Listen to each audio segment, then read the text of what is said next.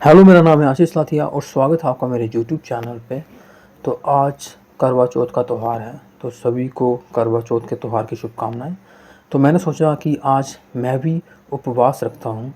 तो ये जो आप देख रहे हैं, ये 4 बजे उठकर मैंने सरगी खाई थी, जो उसकी वीडियो है।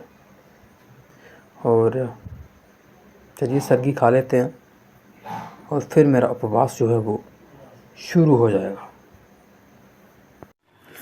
अभी 12 बजे हैं, तो आज करवा चौथ है। तो मैं एक ब्लॉगर हूँ, तो मैंने सोचा क्यों ना करवा चौथ पे ब्लॉग बनाया जाए। और ब्लॉग ही क्यों ना करवा चौथ का व्रत भी रखा जाए, उपवास। तो मैंने करवा चौथ का उपवास रखा है। अभी 12 बज चुके हैं, तो अभी तक तो ठीक ही है सब कुछ। अब देखते हैं आगे आगे क्या होता है, क्योंकि करवा चौथ के उपवास में क्या होता है कि आपको खाना नहीं खाना है, साथ में आपको पानी भी नहीं पीना है। तो बिना खाने के इंसान रह लेता है, बिना पानी के थोड़ा मुश्किल हो जाता है, पर रखा हुआ है।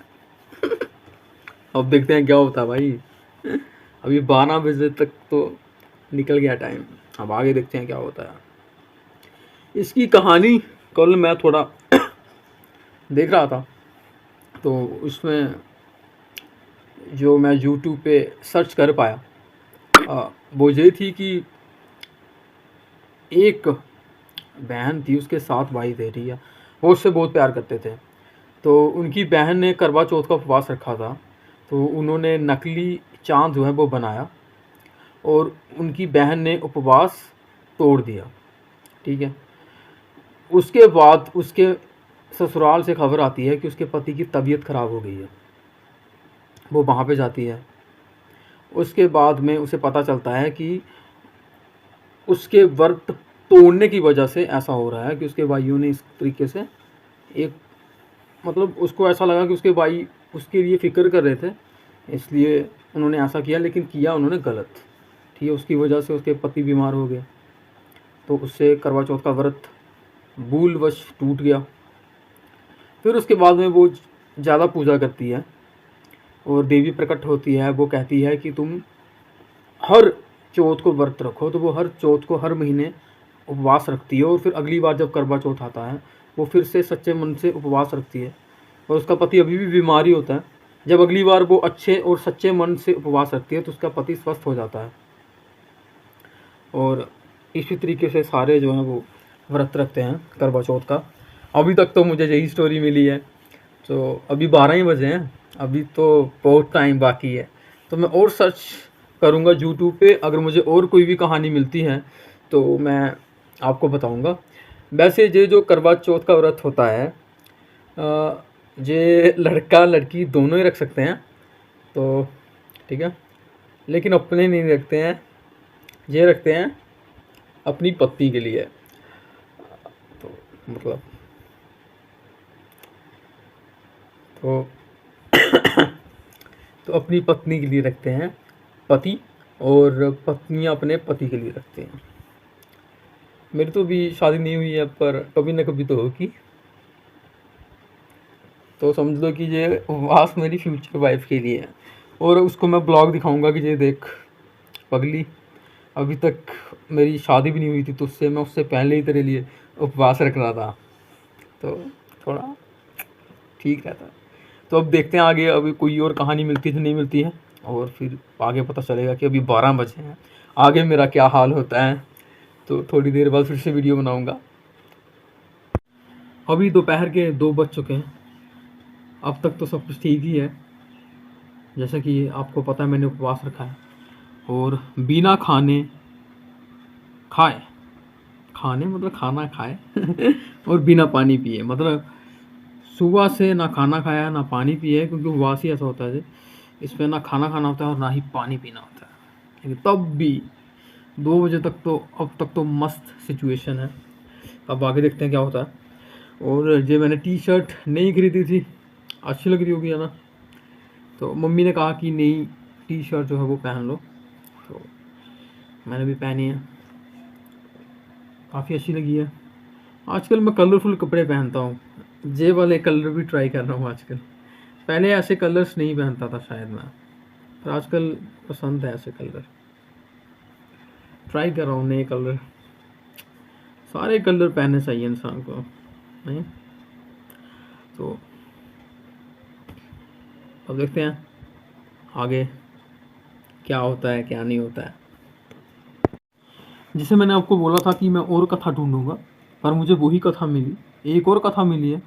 उसमें एक बूढ़ी औरत थी, वो गणेश जी की पूजा करती है। गणेश जी उसे दर्शन देते हैं और वरदान मांगने को कहते हैं। और बुढ़िया कहती है कि मुझे पता ही नहीं है कि वरदान में क्या मांगूँ। वो अपने घर वालों से पूछती हैं, वो कहते हैं कि धन दौलत मांग लो, पोते मांग लो, परिवार की सुख शांति मांग लो। पड़ोसियों से पूछती है तो पड़ोसी कहते हैं कि अपनी आंखें मांग लो। तो ऐसे करके वो बुढ़िया सब कुछ मांग लेती है। वो कहती है कि उसे 9 करोड़ की माया चाहिए, पोते चाहिए, ठीक है, सुख संपत्ति चाहिए, और ये सब कुछ वो अपनी आंखों से देखे, यानी कि उसे आंखें भी चाहिए। तो गणेश जी कहते हैं कि तुमने तो मुझे ठग लिया, तुमने तो एक ही बार में सब कुछ मांग लिया। वो तथास्तु कहकर वहाँ से अंतर्ध्यान हो जाते हैं। और ये कथा मिल रही है, और एक कथा मिल रही है जिसमें, जो मैंने आपको पहले भी बताई, कि एक लड़की के 7 भाई थे, और बस यही है।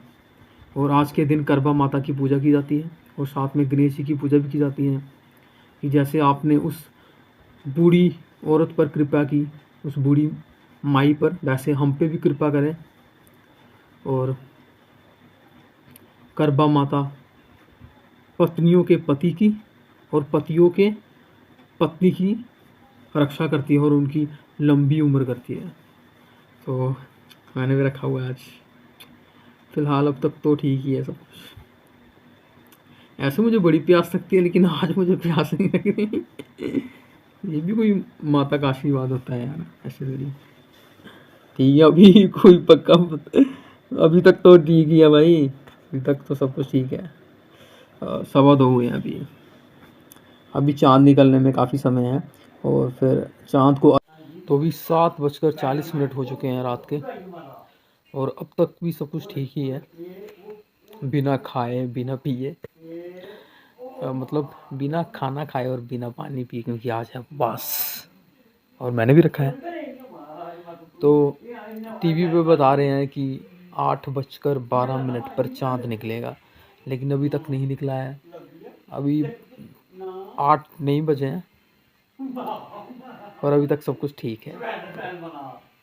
अब देखते हैं आगे, बनाएंगे थोड़ी वीडियोस। तो आज बता रहे थे कि जम्मू में 7:30 बजे चाँद निकल सकता है, इसलिए मैंने अपने फ़ोन में 7:45 का टाइमर दिया था, और जैसे ही वो बजा, मतलब अलार्म, तो मैं छत के ऊपर गया चाँद देखने के लिए, नहीं निकला अभी तक। तो फिर मैंने न्यूज़ चैनल पे देखा, तो उसमें बता रहे थे कि 8:12 पे निकलेगा। मैं 8:15 बजे छत के ऊपर चाँद देखने गया, लेकिन अभी तक नहीं निकला है। और अभी जो है वो समय हो रहा है 8:28, और अभी तक चाँद जम्मू में नहीं निकला है।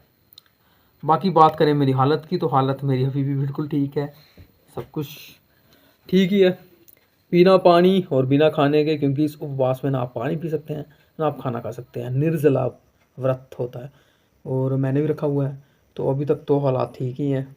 अब देखते हैं चाँद कितने बजे निकलता है, जबकि 7:30 निकल जाना चाहिए था। न्यूज़ वालों के अनुसार 8:12 पे निकल जाना चाहिए था, लेकिन अभी जो समय है वो हो चुका है 8:29।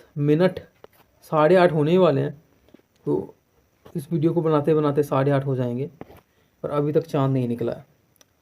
अब 5-10 मिनट बाद फिर से जाऊंगा मैं छत के ऊपर देखने कि चाँद निकला है या नहीं, क्योंकि कभी कभी नीचे से नहीं दिखता है, लेकिन छत के ऊपर चढ़कर देखने से पता चल जाता है कि चाँद निकला है या नहीं।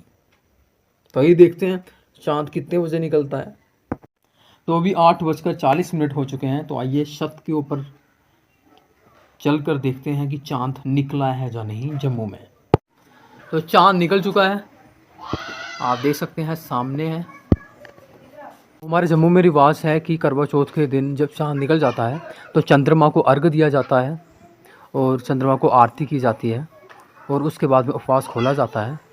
तो हमारे घर पे सभी ने और मैंने भी चंद्रमा को अर्घ दे दिया है, चंद्रमा भगवान को, और आरती भी कर ली है। अब हम उपवास खोलेंगे।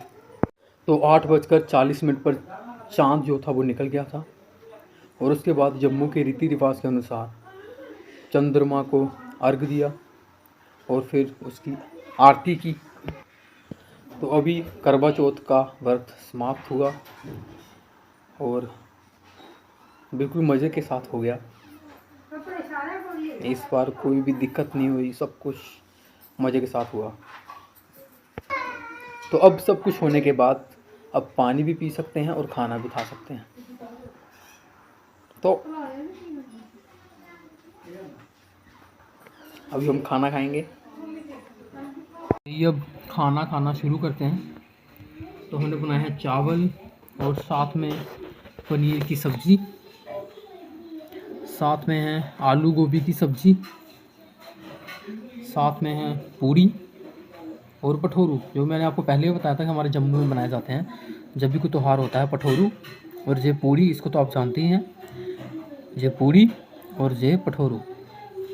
पूरी बनती है मैदे की और पठोरू बनते हैं आटे के। और ये है पनीर की सब्ज़ी। तो आइए खाते हैं।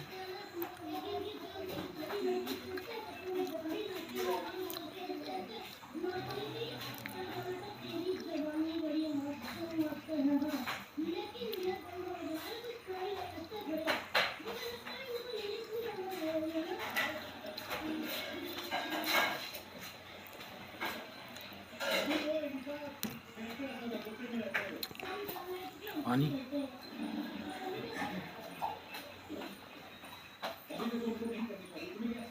हाँ। तो उपवास संपन्न हुआ, मुझे कोई भी कष्ट नहीं हुआ। सुबह उठते ही मैंने पूजा की थी और वैष्णो देवी से प्रार्थना की थी कि मेरा उपवास बिल्कुल अच्छे से हो, मुझे कोई कष्ट ना हो और बिल्कुल मज़े के साथ उपवास पूरा हो। अभी रात हो चुकी है तो अभी सो जाएंगे। तो वीडियो यहीं समाप्त होती है। तो अगर आपको मेरी वीडियो अच्छी लगी तो इसे लाइक करें और मेरे चैनल को सब्सक्राइब करें।